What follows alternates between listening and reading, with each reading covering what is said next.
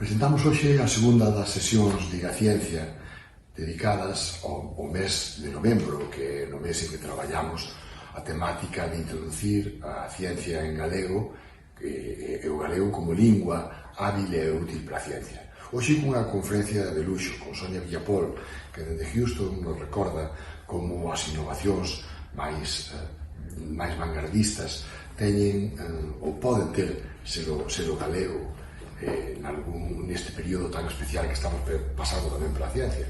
A nosa lingua adquiriu novos termos últimamente, como pode ser coronavirus, como pode ser palabras que antes casi non utilizábamos como confinamento.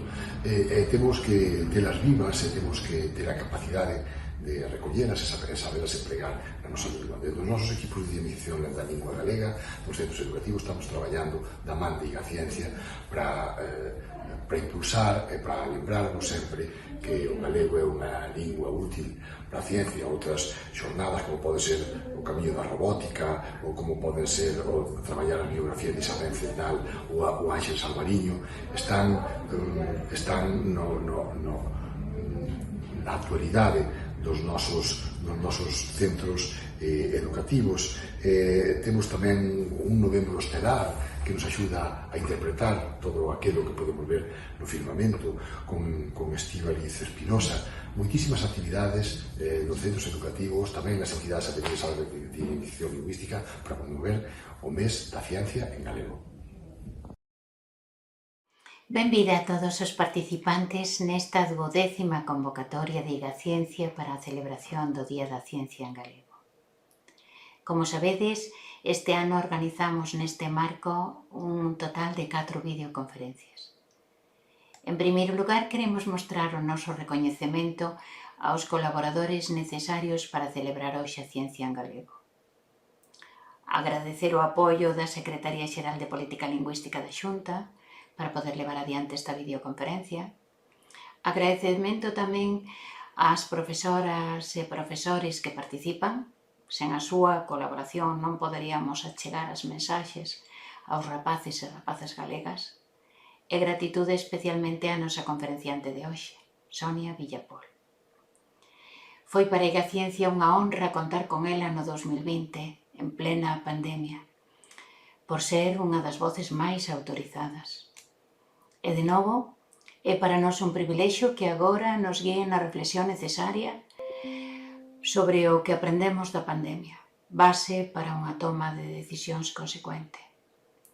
Sonia, quero resaltar a túa idoneidade para esta ocasión. És unha muller galega e destacas pola túa actitude e actividade en prol do galego.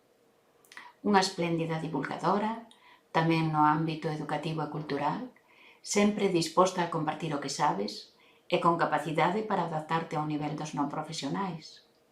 E tamén polo teu papel como investigadora, polo que aportas á sociedade para axudarnos na loita contra o COVID. O teu excelente currículo xa é sobradamente coñecido.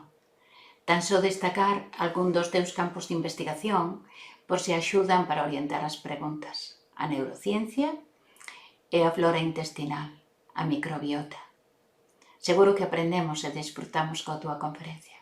Moitísimas grazas pola túa colaboración.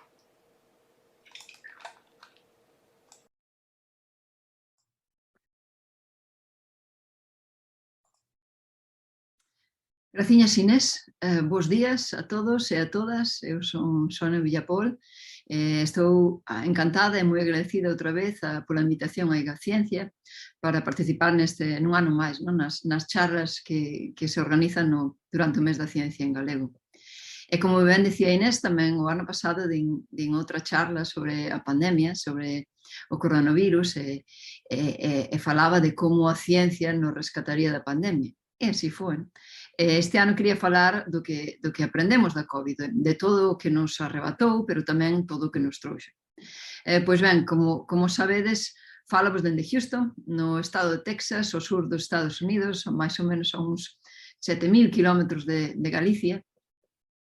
Pero ben, tampouco antes de chegar aquí di unhas voltas polo mundo, non cheguei aquí directa, por lo tanto quería vos contar un poquinho da miña experiencia.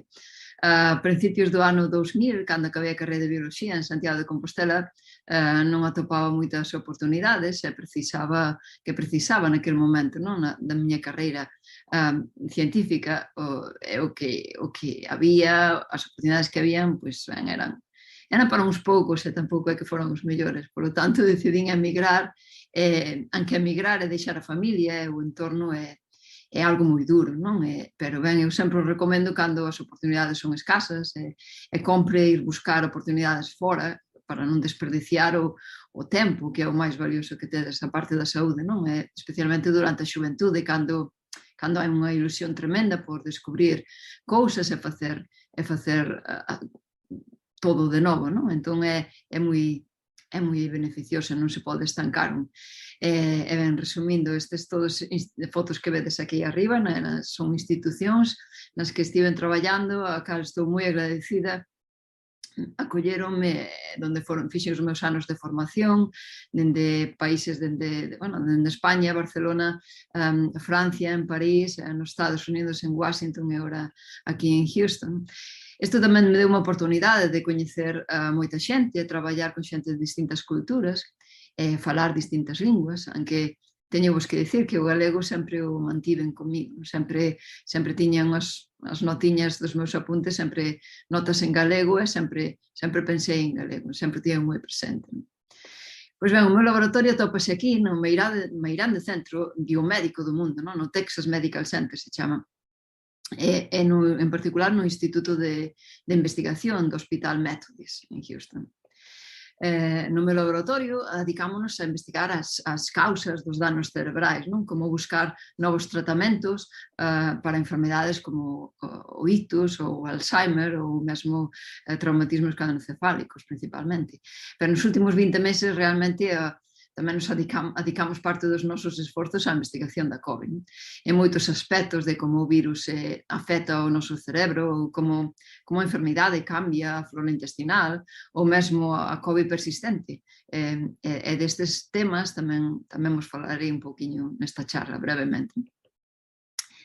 Pero algo que realmente me apasiona, sendo xefa de laboratorio, é intentar inspirar ou deixar unha pegada en certa medida das miñas posibilidades, da xente que pasa polo meu laboratorio, dos rapaces e dos rapaces que pasaron mentre estaba de profesor na Universidade de Georgetown ou nos últimos 3 anos aquí en Houston, e sempre intentei darlles algúns consellos, como guiar a súa carreira científica, e agardo que vos sexan a vos de utilidade, porque pode que algún de vos teñades certas inquietudes cara a investigación científica e oxalá vos servan de inspiración tamén.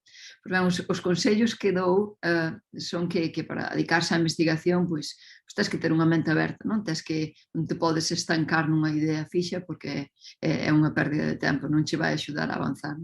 Tamén hai que entusiasmarse, hai que descubrir certa inspiración constantemente, o que hai que estar buscando, e ter o hábito de corrixirse ao mesmo, ou mesma, continuamente, revisar o que se fai e como mellorar. Non ter medo a fallar é moi importante, non parar nunca de aprender, ser perseverante, ser constante no traballo duro, principalmente. Pero ben, o problema de ser mentora ou profesora é que a aprendizaxe comeza dando exemplo, e por iso hai que tamén eu teño que seguir todos estes principios de certa maneira. Pero ademais do traballo no laboratorio, especialmente nos últimos meses, como vos comentaba, estivemos falando moito do noso traballo da COVID e informando nos últimos avances que iban acontecendo en diversos medios galegos, españois e tamén aquí nos Estados Unidos.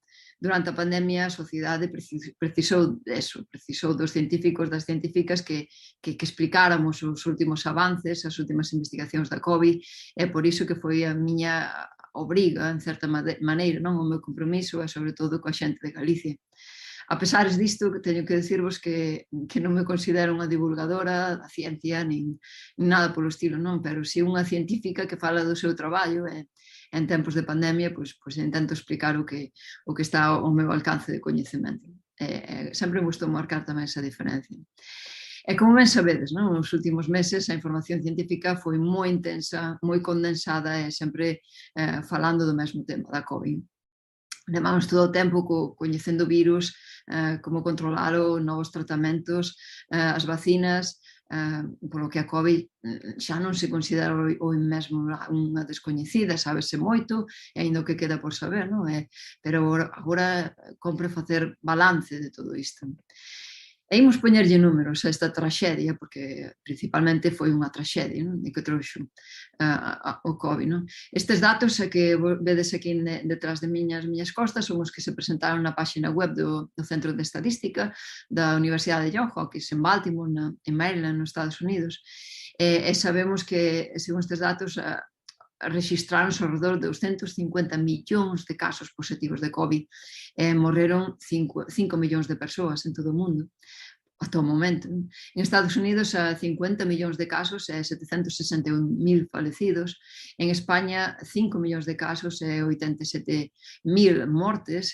E, por último, en Galicia, ao redor de 200.000 casos e 2.652 mortes ata ahora a registrar. E despois de levar moito tempo calculando, mirando todos estes datos, gráficas, calculando riscos para evitar contagiarse, non? De súpeto, parece que é máis doado imaginar un futuro sen COVID.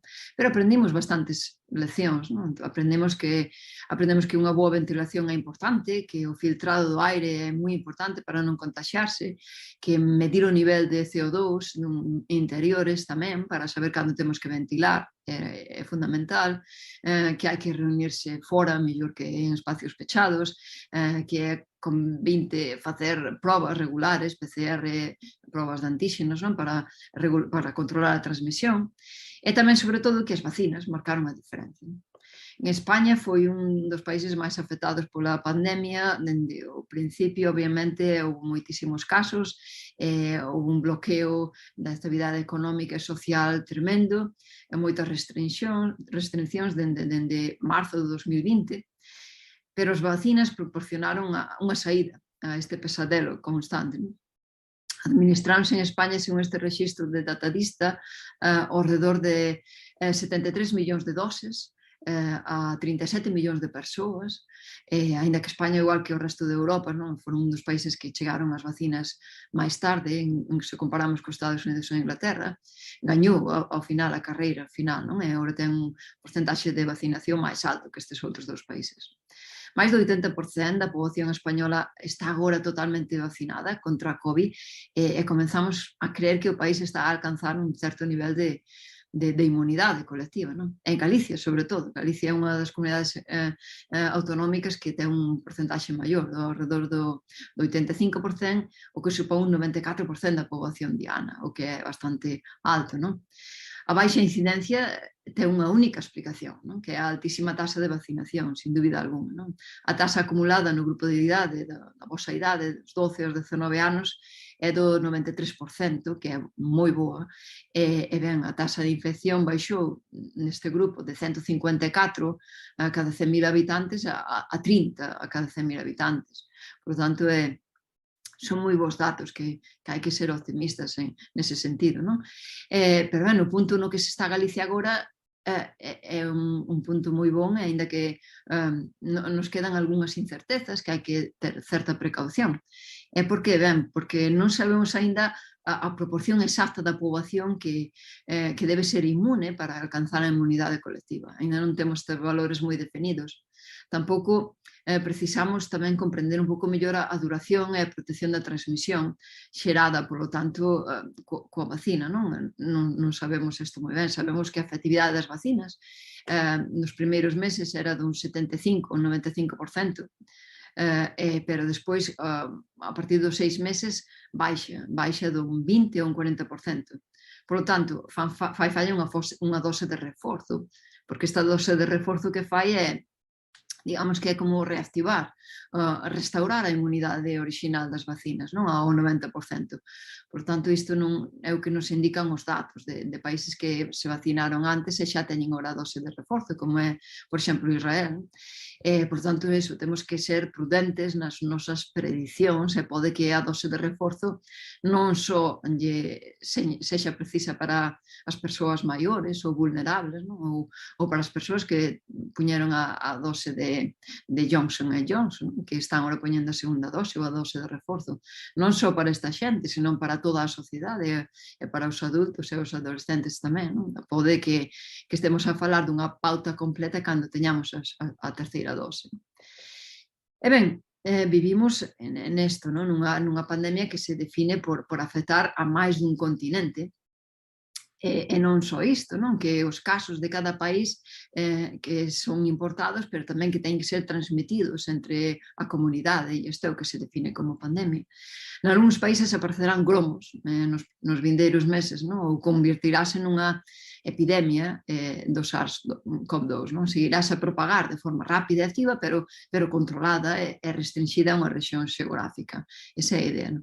Ainda que os casos volvan a disminuir e o número de vacinacións aumente, vai ser moi difícil, polo menos nun futuro previsible, e quizáis nunca, borrar o virus altamente transmisible. Polo tanto, vai ser máis razoable que a COVID se convirta nunha enfermidade endémica, coa permanencia crónica pero controlada nunha rexión ou nun grupo dunha población claramente definido, que sepamos quen ten máis risco de contagiarse. Eso tendo en conta os tratamentos e vacinas, etc. Pero ben, as epidemias ocorreron ao longo da historia e ocorrerán e seguirán, non? Seguirán se producindo. Con todo, gromo tras gromo, a nosa memoria colectiva vacila, a urxencia da situación acaba por desaparecer co tempo, os aplausos aos heróis e heroíñas sanitarios do ano pasado xa quedaron no olvido, as familias que lamentan a perda de seres queridos, as persoas que loitan con necesidades médicas insatisfeitas, non? Convértense en pequenas illas nos recordos, sempre ameazadas por iso, por vastos mares de esquecemento, non? A indiferencia do que pasou, de todo o que se sufriu. Moitas veces o esquecemento ven porque non se fai conta do que se perdeu. Ese é un problema, non podemos esquecer porque vai ocorrer de novo. Van vir novas pandemias, seguro. Todos queremos que todo volva á normalidade e todo volva como no 2019, pero ben, fai falta a planificación de continxencia, é dicir, para unha resposta a longo prazo, e isto é absolutamente esencial.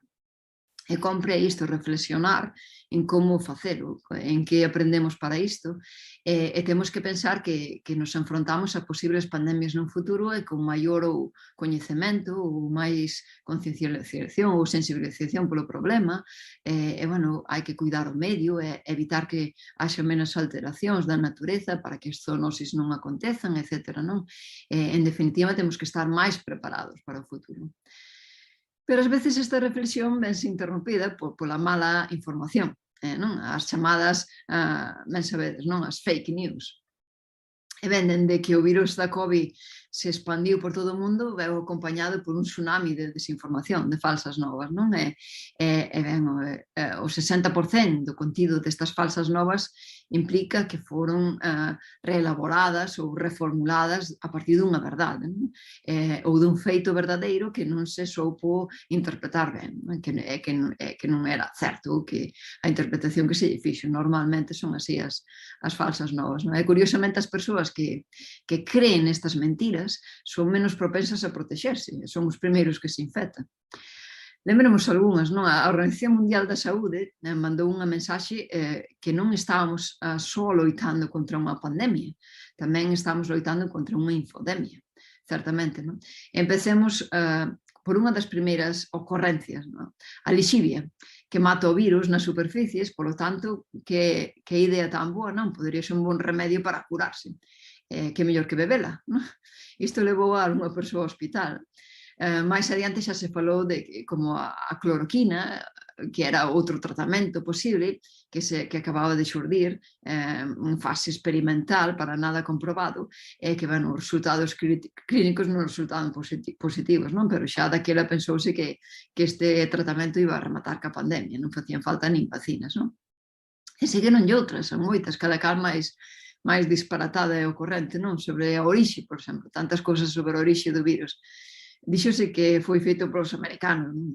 ou que a COVID foi feita polos chinos, un invento dos chinos, ou que o virus non existe, non, que é todo unha broma.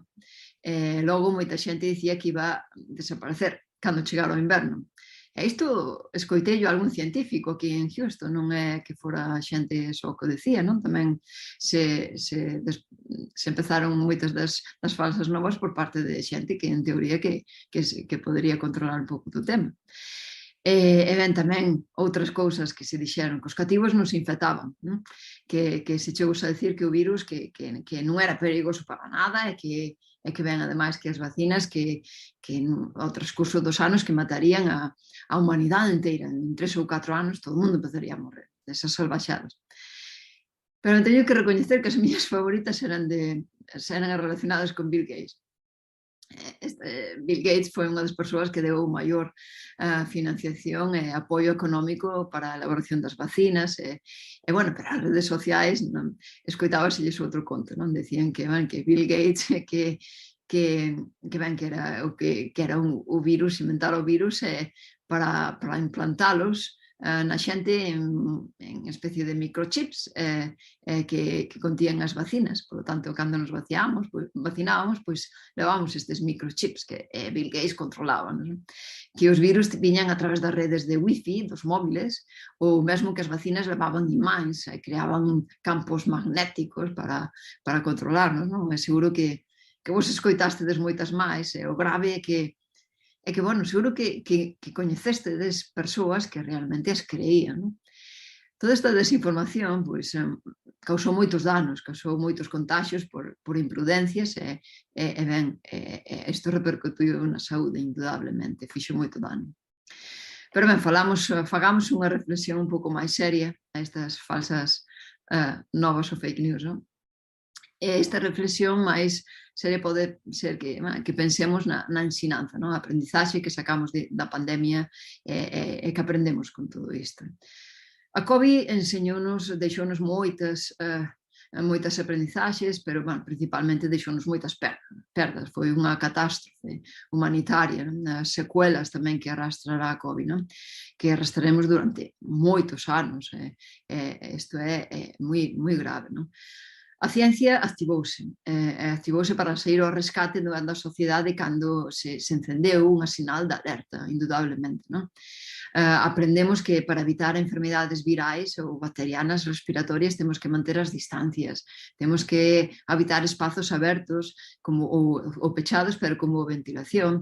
Aprendemos que o virus ten a capacidade de mutar e cada vez que se transmite muta. Tamén aprendemos que fortalecendo o sistema inmune, pois tamén que hai xente máis vulnerable, pero que nos fai protexernos de certa maneira da infección. Aprendemos que se poden xerar tratamentos contra os virus ou como os anticorpos monoclonais que atacan distintas variantes. Pero, sobre todo, aprendemos que a nanotecnoloxía pode aumentar a efectividade das vacinas e tamén pode ser unha revolución na farmacoloxía estándar, contra enfermidades como o cancro ou como enfermidades neurodegenerativas. Tamén aprendimos que a COVID non é unha enfermedade só de 2 semanas, como se dicía ao principio da pandemia, e pode que cause problemas persistentes durante meses ou anos. Por lo tanto, aprendemos da importancia de vacinarse e protexerse. E tamén aprendemos da importancia de cuidar a saúde física, indudablemente, pero tamén a saúde mental, algo que sempre tivemos moito en esquecimento. E por último, decatámonos que este virus chegou, probablemente chegou para quedarse con todos nós. Pois destes todos os puntos vou intentar facervos unha especie de resumo nesta charla e agardo que vos parezcan de interese.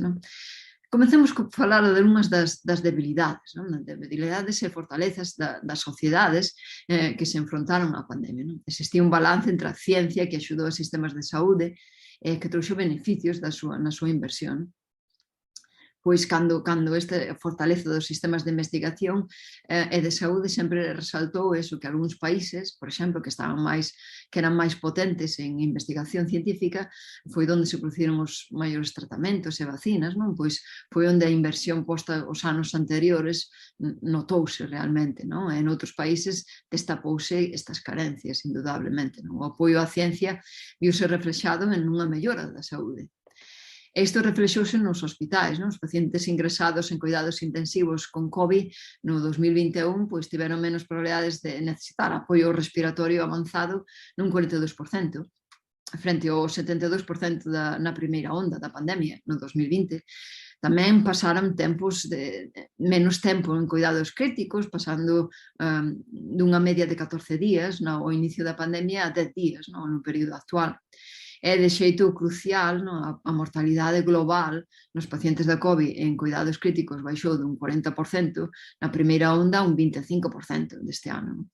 Estas melloras debense en gran parte á disponibilidade de orientacións continuamente actualizadas nos centros sanitarios e, dende logo, os avances científicos nos novos tratamentos. Isto foi realmente crucial, non?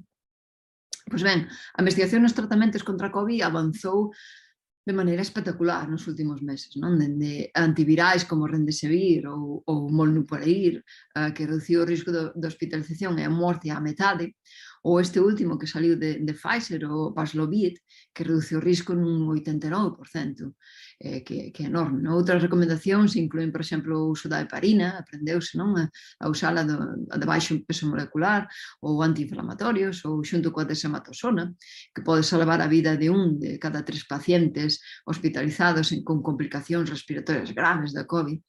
E, sen dúbida, a revolución dos anticorpos monoclonais causou un grande impacto, non? Que se poden axustar ás novas variantes do virus.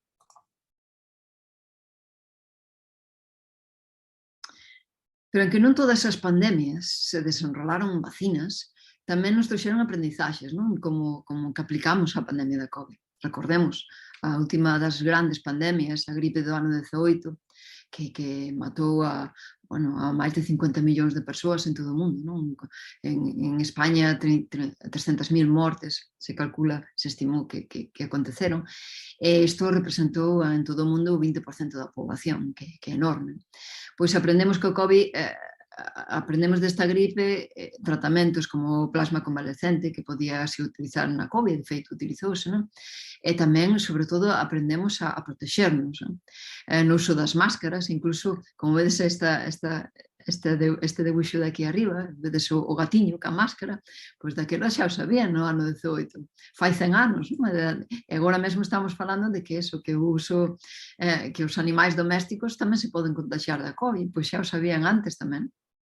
E ben, o século dende entón viviu unha explosión de epidemias e outras enfermedades infecciosas que xurdiron moitas vacinas e moitas proezas médicas e a historia das epidemias segue a ser unha historia da xente, principalmente tamén, non?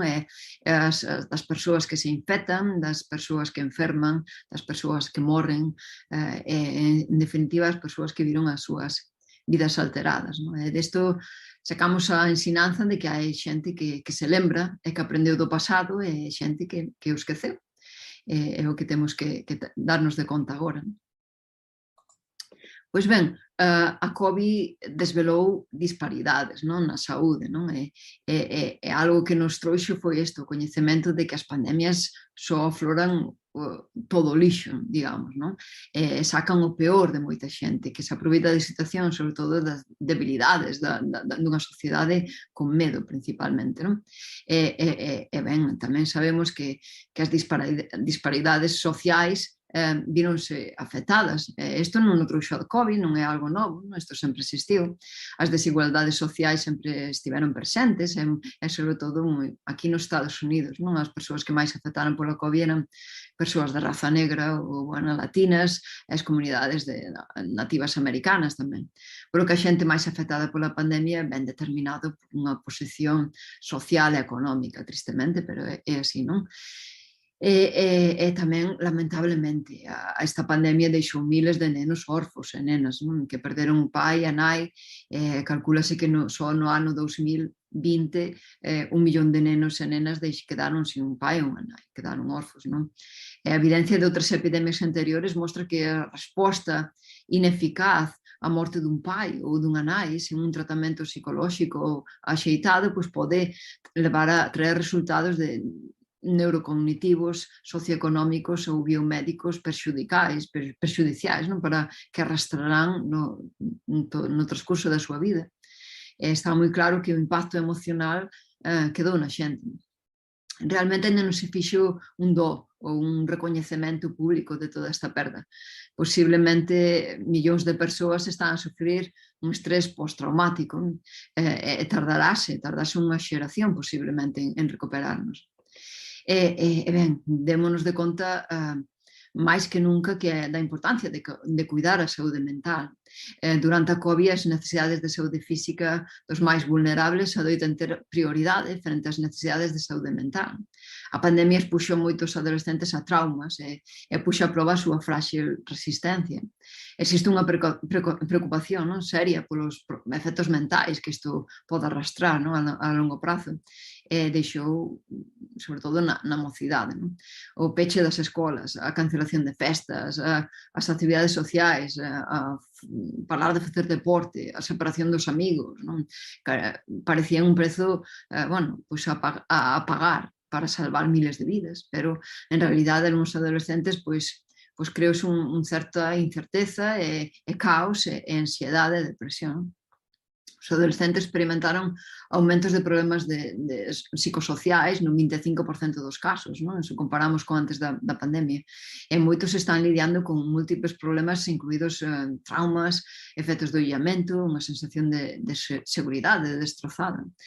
A transformación digital foi unha realidade, e aplicouse non só nos postos do traballo con beneficios, pero tamén nas redes sociais. Os adolescentes informaron que un 36% considerou que as redes sociais realmente beneficiaron durante a pandemia e axudaronlles a facer fronte a todos os problemas psicolóxicos. As condicións únicas da COVID poden ter creado un novo tipo de trastorno de estrés postraumático na xuventude. É un medo enraizado que poida suceder en lugar do que xa pasou. O 31% dos adolescentes informaron que a súa saúde emocional empeorou durante a pandemia e a COVID quitoulle estas estrategias de afrontamento como saídas, etc. E sempre tiveron un impacto positivo para recuperarse deste estrés, pero durante a pandemia non se puderon realizar. E curiosamente as rapazas adolescentes teñen máis probabilidades de notar síntomas novos ou empeoralos, como a depresión, ansiedade, que os rapaces. O número de nenas ingresadas, por exemplo, no servizo de urxencias dos hospitais con sospeitas de intentos de suicidio, pois aumentou un 26% en comparación con antes da pandemia, e isto é grave. En definitiva, comprender a resiliencia é clave para comprender a patoloxía que hai detrás da saúde mental.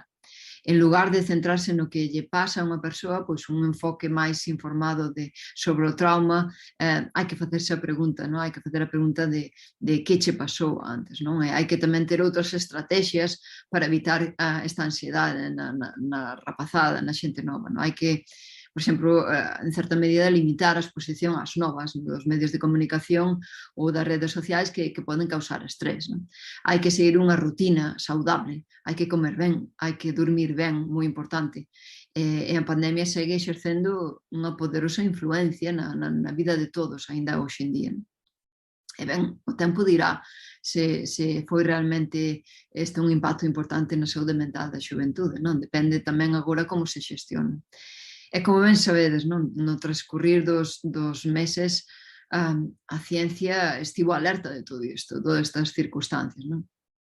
E saiu ao rescate, e non só a nivel de tratamentos, pero máis que nunca predominaron, por exemplo, as colaboracións e os datos abertos entre as comunidades científicas para compartir as publicacións en preprint antes de ser revisados por pares. Fomos moitos que nos asociamos en redes de científicos, científicas para aportar un coñecemento, non? E para colaborar de alguna maneira nas investigacións contra a COVID, dende, por exemplo, a secuenciación, a transmisión, os tratamentos ou como entender a patoloxía do virus. Isto non se puido facer tan rápido se non houbera unha colaboración moi intensa dende o principio. Pero, sobre todo, a financiación. Os proxectos e o diñeiro que se invertiu foi tremendo. Isto axudou moito a avanzar. E non só por institucións públicas, senón tamén por empresas, por fundacións, por doazóns particulares. Este empuxe en tempo récord deu-nos que pensar se realmente o avance nos tratamentos de moitas enfermedades podría acelerarse, non? Se hai unha concienciación social e un apoio financiero de urxencia, non? Para que a ciencia se focalice nun problema de saúde, non? Ata que se atope un tratamento, ten que ser cunha resolución multidisciplinar, sempre, non? En este avance tamén incluímos os coñecementos na transmisión do virus, non? Como non? Por exemplo, aprendemos que os virus viaxan polos aerosois. O tamaño das gotiñas que se producen cando estornudamos ou cando tosemos, pois son de máis de 100 micras, non? E caen ao chan en menos de 5 segundos. Pero os aerosois teñen un tamaño medio de 5 micras, por lo tanto poden quedar suspendidos no aire durante horas e son os que realmente nos contaxian, non? Isto pasa cando a xente fala, canta, grita ou respira, simplemente. Por lo tanto, aprendimos eso, para evitar os aerosois respiratorios que se poden contaxiar, que nos podemos contaxiar con estas partículas virais, pois é recomendable manter unha distancia, destas distancias saudables. Pois sabemos que tamén que sobre todo evitar aglomeracións, pero a maneira que tivemos de saudar, por exemplo, cambiou completamente durante a pandemia, non? Fainos pensar, reflexionar se os bicos e as apertas coa xente coa que non convivimos, pois se perderán, non? Na nosa tradición cultural que temos de saudarnos, posiblemente, non se sabe, pero posiblemente.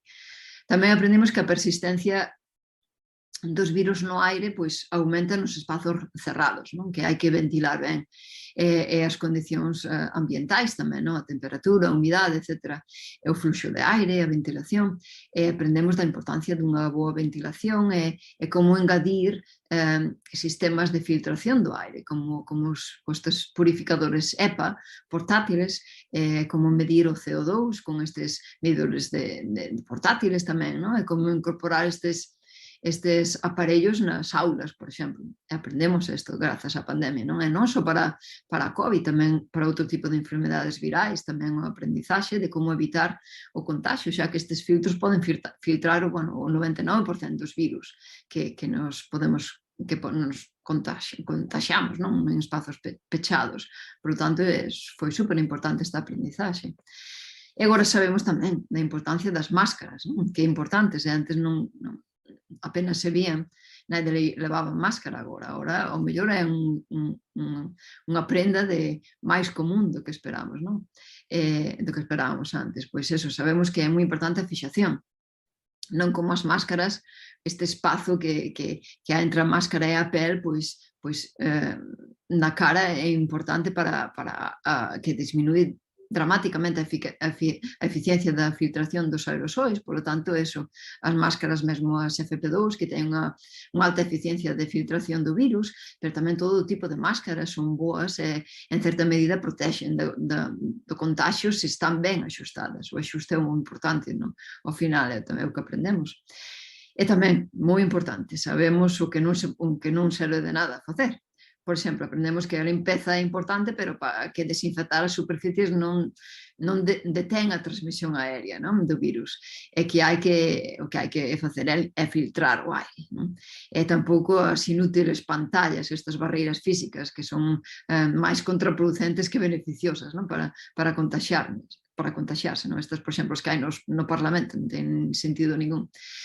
Para que poden atrapar os maiores concentracións de virus, o que fan é bloquear estes aerosois impedindo o fluxo do aire, non?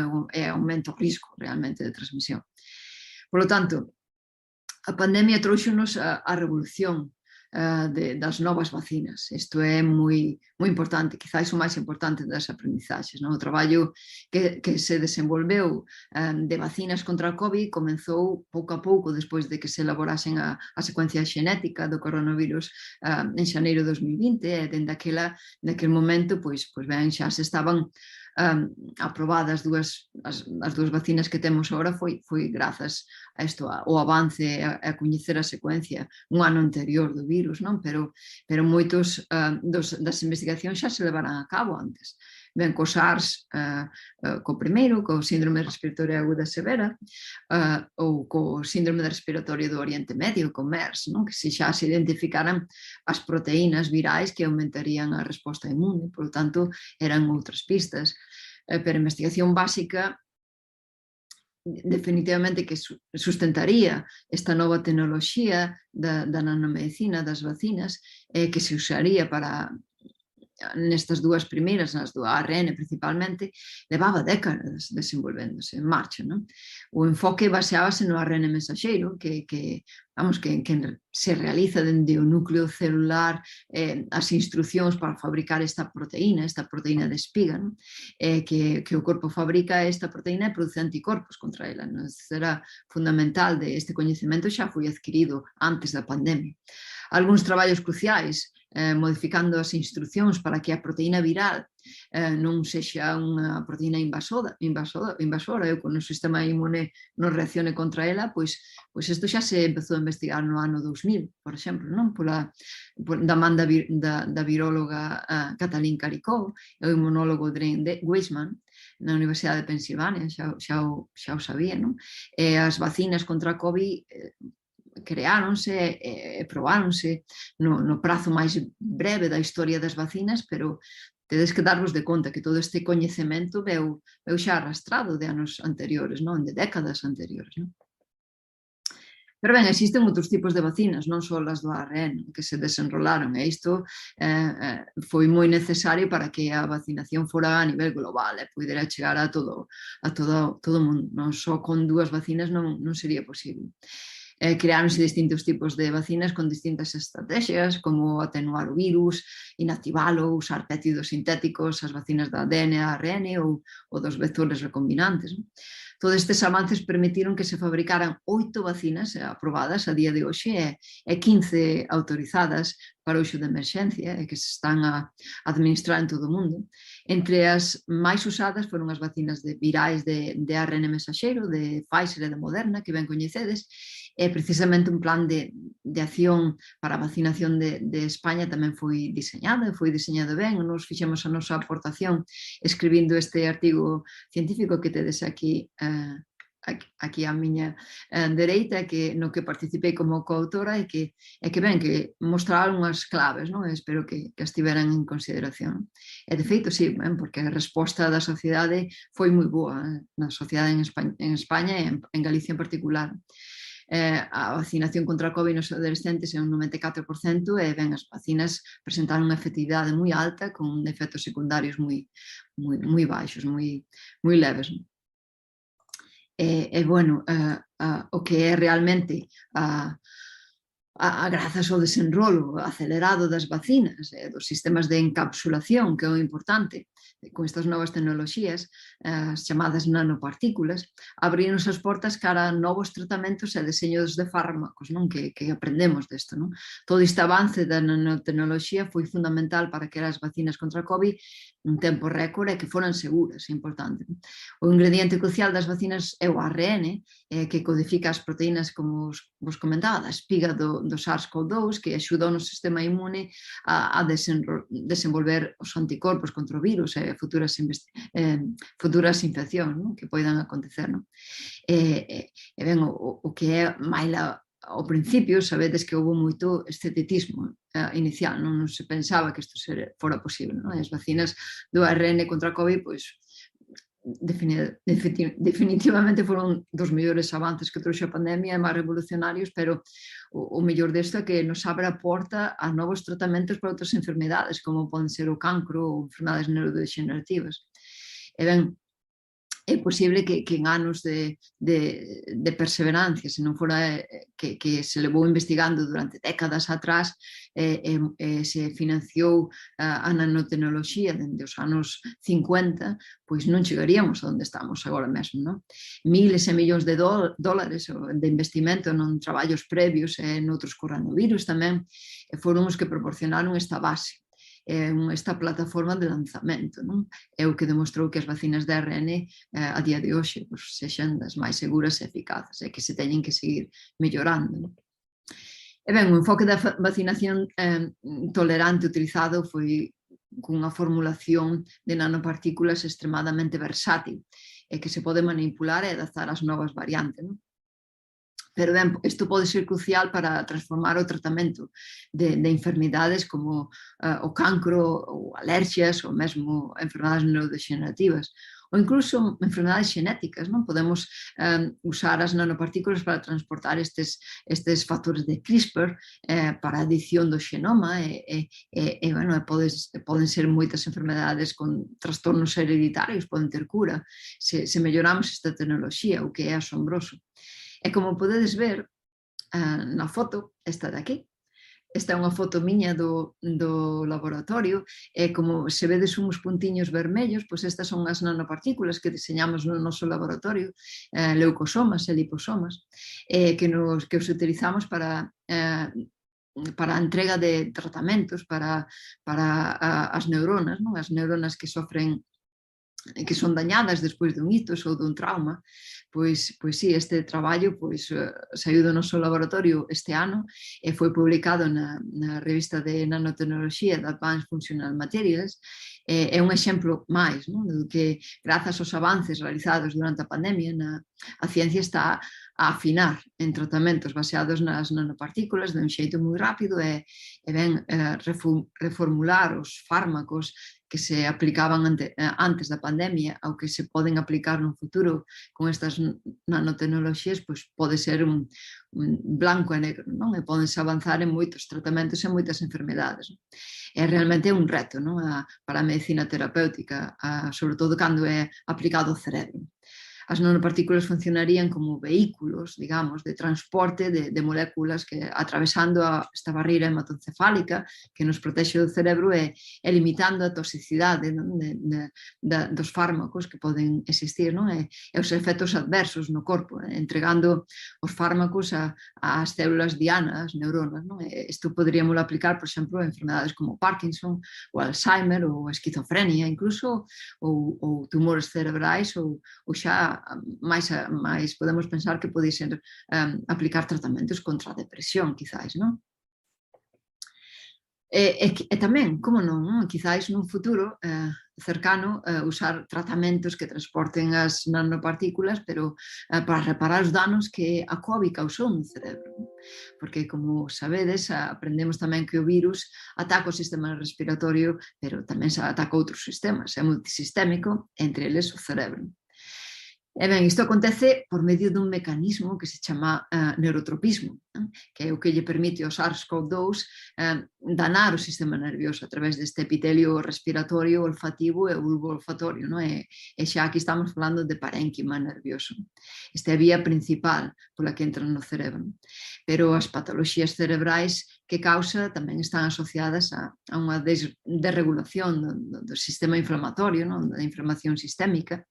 E ben, podemos asociar estes síntomas neurolóxicos, por exemplo, a perda de gusto do olfato, ata parálisis do nervio facial, pode ser outro síntoma. E tamén os síntomas neuropsiquiátricos, que están asociados á infección, e van dende a fatiga ata a confusión, a néboa mental, o delirio ou ata a coma, imaginados.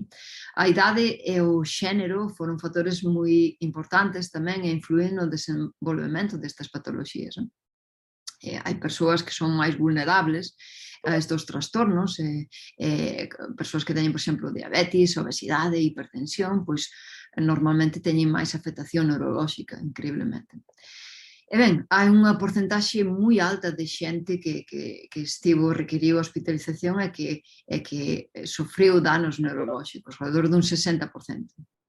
a invasión do virus no cerebro tamén causou enfermidades cerebrovasculares, nun 1% dos casos da xente que requeriu hospitalización, que é tremendo. Ictus e outro tipo de patoloxías que se desenrolaron a raíz da COVID, foi bastante devastador, non? E tamén, por exemplo, o empeoramento de enfermedades neurodegenerativas ou como Alzheimer ou a demencia, esta é unha realidade. E por qué? Bueno, pois as causas fisiopatolóxicas debense principalmente a unha neuroinflamación exagerada, sin dúbida. É un dano das capas de mielina que protexen estas conexións nerviosas.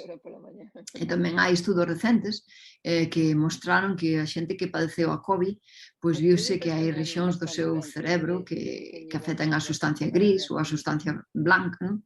Que se viron reducidas en volumen. Bueno, isto pode representar un problema a longo prazo, poden desencadearse outras enfermedades neurolóxicas, por lo tanto, require investigación agora mesmo e tratamento o antes posible nestas persoas. E ben, outra das vías de entrada no cerebro, curiosamente, é a través dos intestinos.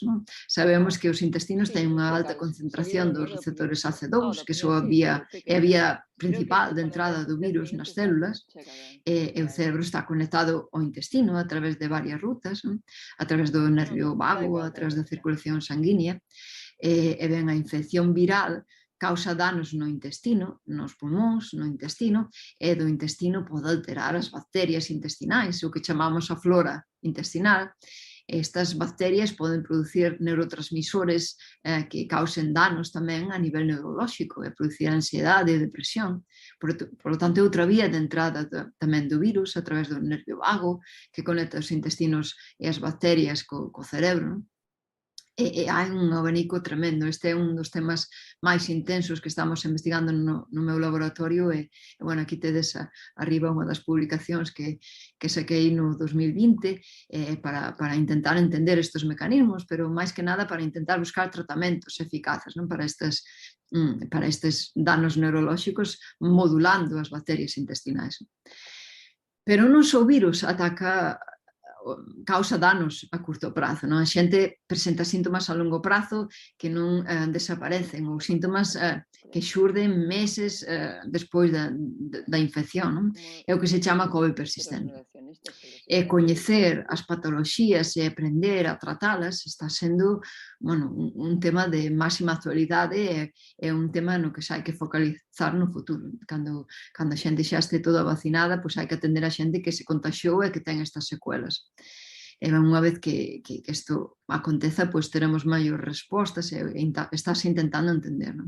Este traballo que vedes aquí, deste debuxo desta muller con todos estes síntomas de COVID persistente, pois publicámonos fai uns meses nesta revista que tedes aquí, Scientific Reports, que pertence ao grupo de Nature, eu tamén fui unha das coautoras, pois aquí sinalábamos, publicámoslo en preprint en xaneiro deste ano, e bueno, tivo moita repercusión, porque foi o primeiro metaanálise onde se analizaron todos os síntomas da COVID persistente, que era unha enfermedade moi descoñecida a principios de ano. E tamén acontece nos cativos, aunque con menos porcentaxe de todos estes síntomas que os adultos, afortunadamente. O que non quere dicir que non aconteza a COVID persistente nos cativos. Incluso nos adolescentes ou nenos e nenas que pasaron a enfermedade aguda leve, digamos, ou sen síntomas, o que sería un pouco máis grave. E ben, para avanzar nestes tratamentos ou para recoñecer estes efectos, pois hai que investigar, indudablemente. Primeiro hai que ter financiación para dar resposta a todas estas preguntas. E xa se está empezando a financiar moitos destes proxectos aquí nos Estados Unidos, tamén algúns en España, para entender a COVID persistente. Hai que saber cantas persoas son máis vulnerables a esta enfermedade, que tipo de tratamentos, que tipo de vulnerabilidades, cales son as causas, que causa a COVID persistente en realidade. se son os reservorios do virus, se é unha autoinmunidade, tamén pode ser unha das raíces, etc. Non? E sobre todo tamén non, que bacterias intestinais están asociadas a COVID do largo recorrido. Este é un dos traballos que estamos investigando no meu laboratorio, como os comentei. En todos estes avances pois, van nos axudar a entender a COVID persistente, pero tamén se poderían aplicar a moitas outras enfermedades con unhas sintomatoloxía moi similar a COVID persistente, pero que non hai tratamento, non? É que moita xente arrastra dende fai anos, como pode ser a encefalite miálxica ou a síndrome de fatiga crónica ou a fibromialxia. E ben, para rematar, quería vos adiantar unhas preguntas antes de que vos me fagades as vosas. Pois, por exemplo, temos moitas incógnitas aínda sen resolver, non? Temos que pensar como será a nosa vida se o COVID queda con nós. Non? Vai chegar a transmisión a cero? Probablemente non. E o virus vai estar connosco durante moito tempo, o que significa que, ben, que hai que aprender a controlalo e erradicalo, de certa medida, para que non nos cause mortes nin secuelas, non? Pero hai que saber controlar desa maneira, que as vacinas e tratamentos. Non? Pode que xurda unha variante nova, é que as vacinas perden moita efectividade, polo tanto hai que estar reconstruindo estas vacinas para que sexan eficaces. Pode que, bueno, que as máscaras, pois que sexa algo que nos acompañe sempre, non constantemente, pero cando hai períodos de inverno estacionais, pois teñamos que usalas sempre, non? E que máis? Pois ben, quedanos, por exemplo, faría falta ter unha vacina anual, por exemplo, que poda atacar todos os virus, non? E que todas as variantes. Isto sería fantástico, e sobre todo que pudera bloquear a transmisión. Seguramente que vostedes moitísimas máis preguntas, así que vou deixar aquí. Sen máis, deixo vos que me fagades as vosas preguntas, a vosa quenda de preguntas, e tamén vos deixo aquí abaixo, este outro lado, sí, a miña páxina web, o meu correo electrónico, se me queredes escribir, ou seguirme no Twitter. Moitas grazas, ánimos con todo, e ben, moitas grazas pola vosa atención, e agora estou aquí para respostar ás preguntas que me teñades, e que sepa eu unha resposta, non? Graciñas a todos e a todas.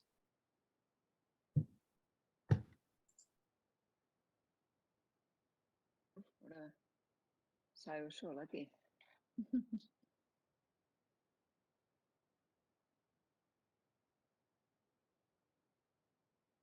Sí. Ah.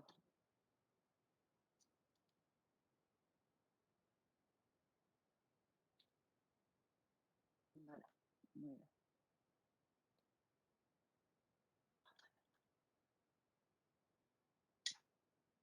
Que acabo de manter. Hola.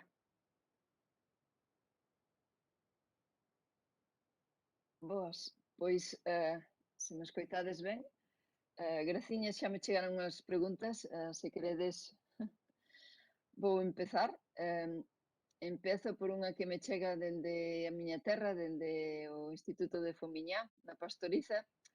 Aquí pregúntame cal sería a miña opinión sobre o feito que os descubridores das vacinas, como mencionei durante a charla, Weizmann e Caricom, que non foron os descubridores das vacinas, senón os que crearon esta tecnoloxía do ARN, non? Pois que cal é a miña opinión de que non foran galardeados co Premio Nobel. E digo, bueno, a nivel un pouco profesional, pois, ou persoal, faríame ilusión, pero sabía que iba a ser moi complicado porque, como sabedes, as votacións dos premios Nobel fixéronse este ano, no mes de xaneiro. Polo mes de xaneiro este ano só se levaba máis ou menos un mes administradas as vacinas e non se sabía moi ben cal iba a ser o éxito das vacinas. Polo tanto, os que votaron para os premios Nobel, para os galardóns deste ano, non tiñan a conciencia disto e non foi tanto tan chamativo e ben, votaron a outra xente. En resumo, creo que sí, que non, se non é este ano vai ser para o seguinte ou para o seguinte, sin dúbida merecen un recoñecemento. Isto foi unha revolución e merecen un recoñecemento de algún tipo. A seguinte pregunta ven do colexio Aaron Veiga, non, un colexio de Begonte, faino a Aaron Veiga e pregúntame canto tempo tardase en facer unha vacina. Pois, como vos comentei, normalmente tárdase, non sei se me escoitades ben, sí? Normalmente tárdanse pois décadas, non? Nas vacinas anteriores pois era o tempo estándar de que se tardaba, non? Pero hoxe en día sábese que, bueno, por o da COVID, as vacinas da COVID desenvolveronse en tempo récord, simplemente polo feito de que houve moita máis financiación, tamén porque houve unha unión e unha colaboración de distintos países para traballar en conxunto, e porque se solaparon as fases, non? As fases preclínicas pois foron moi ao mesmo tempo que as fases clínicas, e foronse compartindo os datos desa maneira. Se esperara que rematara cada fase por fase, pois levaría anos, ao mellor probablemente. Pois somente esta estrategia foi algo completamente estratégico e con moito esforzo pois fixose posible que se avanzara tan rápido.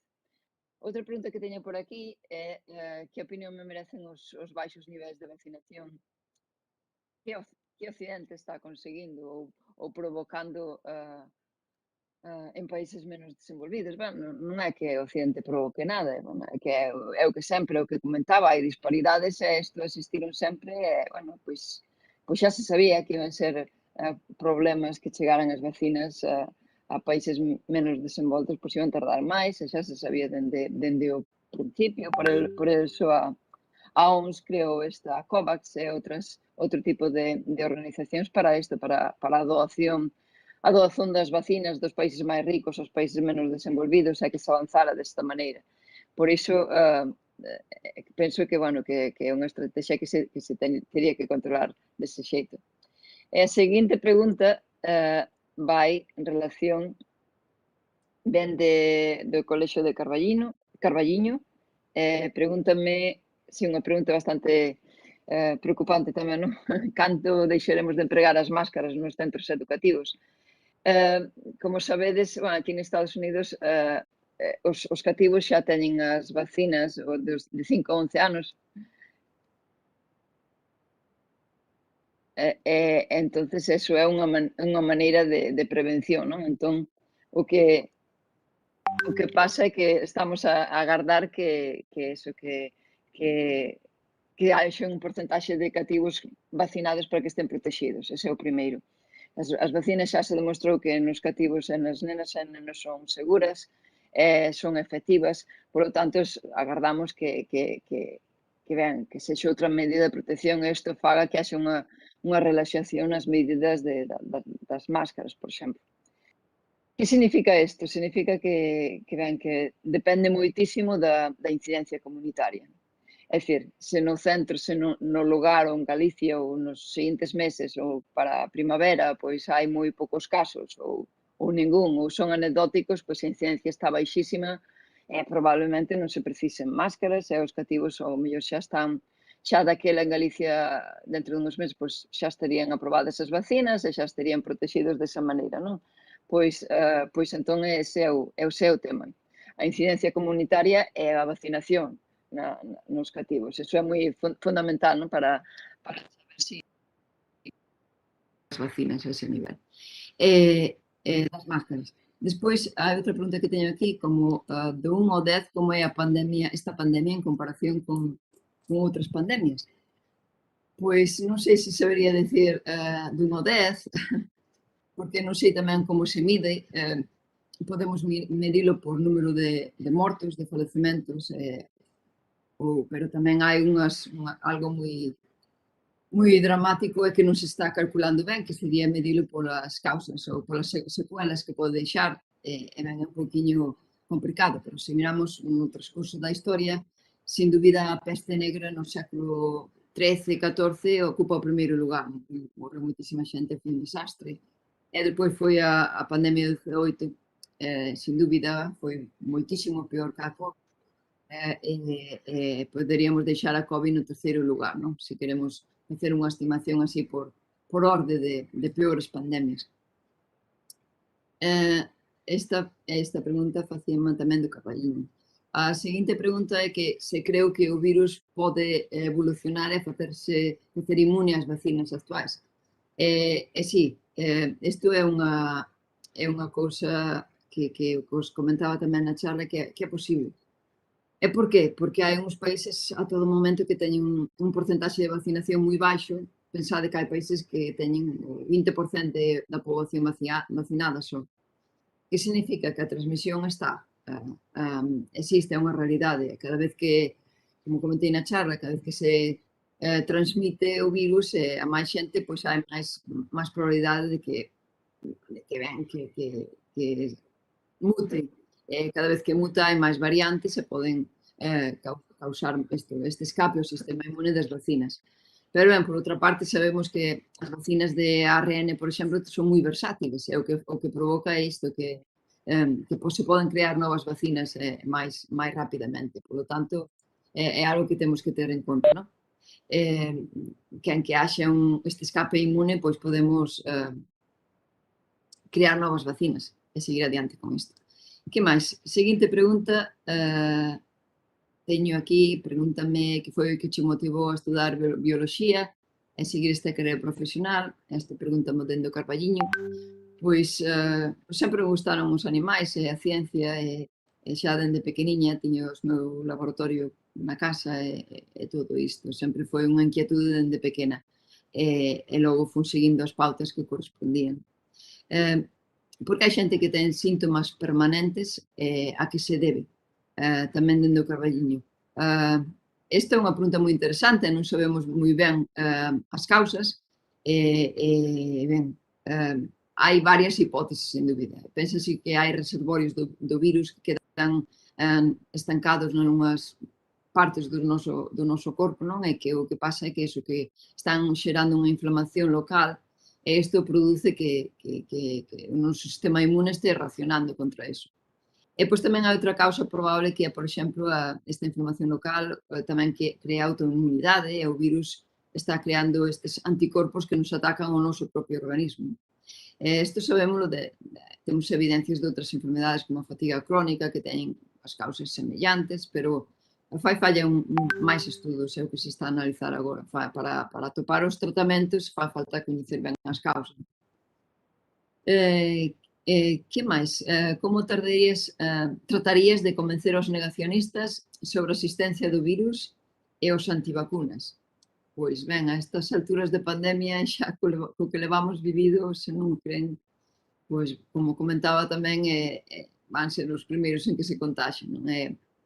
É difícil porque hai moita mala información e falsas novas e depende de quen as conte ou depende a quen lle fagamos caso, pois pode ter unha influencia na xente, sen dúbida.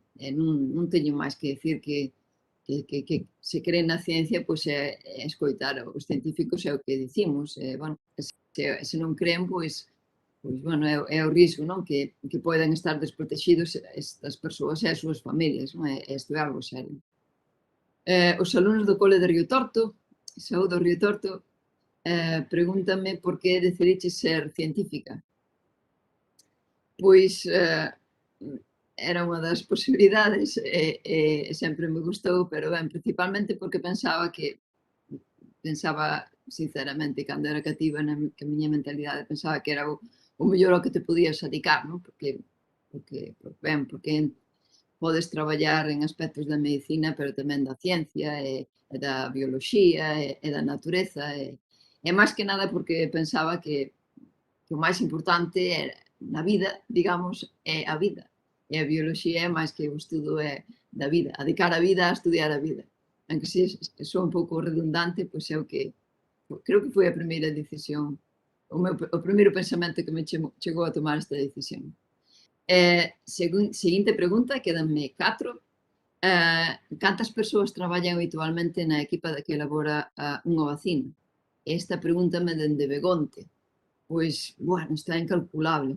É dicir, primeiro porque, como vos comentei, temos 8 vacinas aprobadas e despois hai como 15 tamén están aprobadas para o seu uso de emerxencia.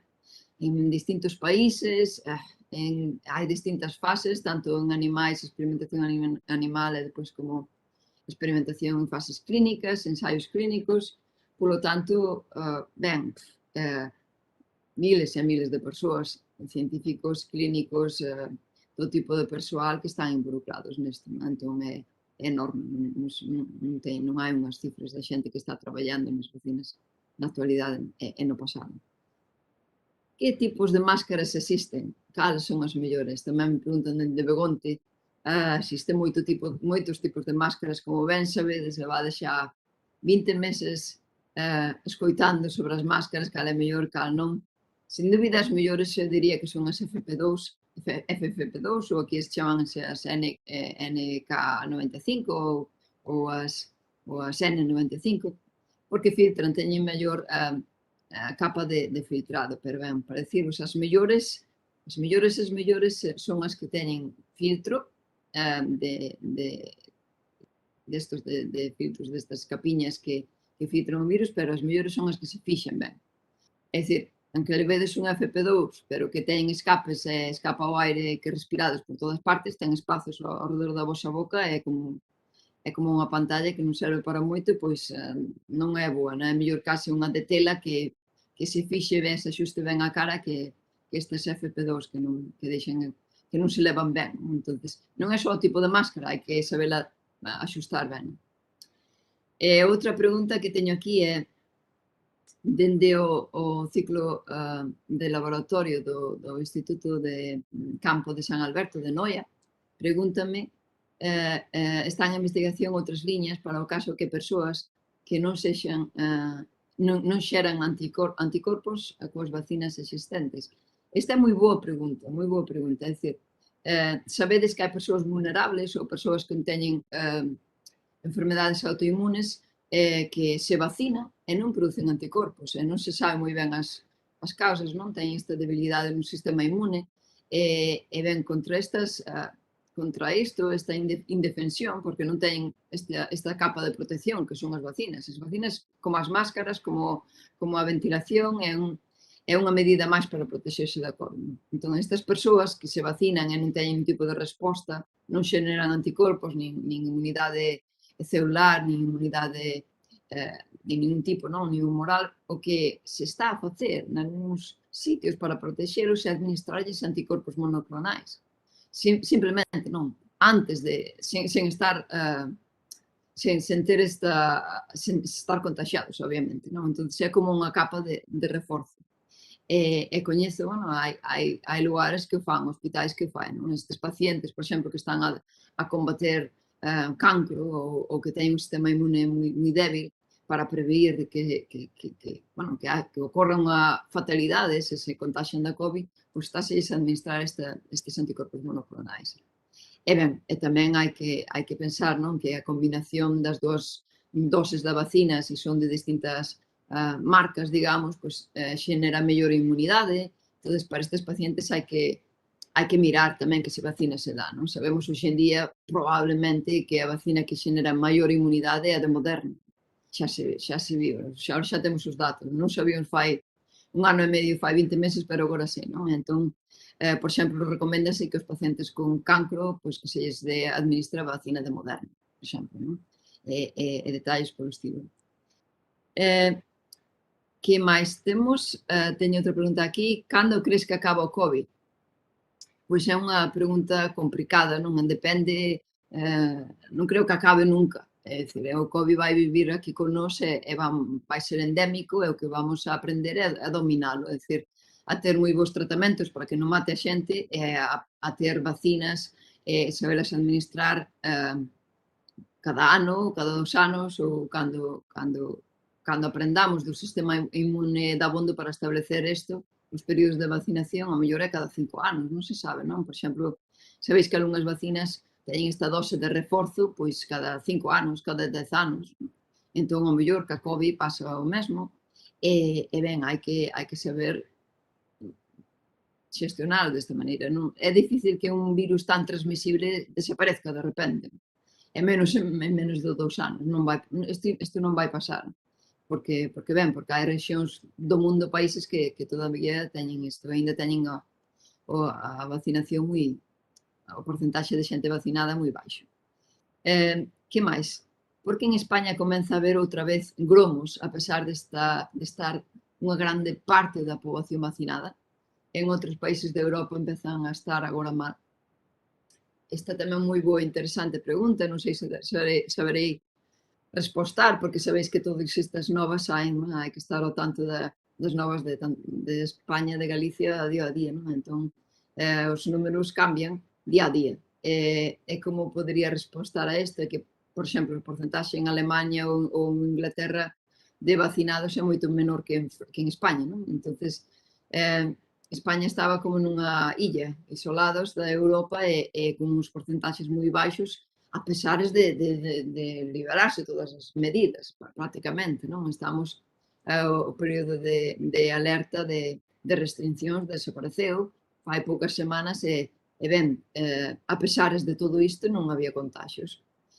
Pode haber estes gromos poden dar explicación por varios motivos. Primeiro, porque ainda mellor hai xente que non está vacinada, incluídos os cativos, e aunque os cativos sabedes que non teñen síntomas, a maioría deles pero transmiten, polo tanto pode haber transmisión e podense detectar casos en cativos asintomáticos e non se controla, non, digamos, desa maneira. Pero tamén pode acontecer o que aconteceu aquí, por exemplo, nos Estados Unidos, que empezamos a vacinarnos uns meses antes, pois o que está a acontecer é que a xente que levábamos uns meses vacinada, pois que nos empezáramos a contaxiar outra vez, a infectar de novo. E, obviamente, non é grave, é a COVID leve, pero hai contaxio e tamén hai transmisión. E isto que significa? Que a partir dos 6 meses da segunda dose, pois a inmunidade empeza a baixar, non? E empezamos a ter menos anticorpos. De un 95% de efectividade das vacinas pasa a un 40% ou un 20%. E o que significa isto? Que, por exemplo, eu xa me puxen a terceira dose, porque a miña segunda dose foi no mes de xaneiro, entón fai un mes e pico xa me puxen a terceira dose de reforzo para restaurar a miña inmunidade ao 90%.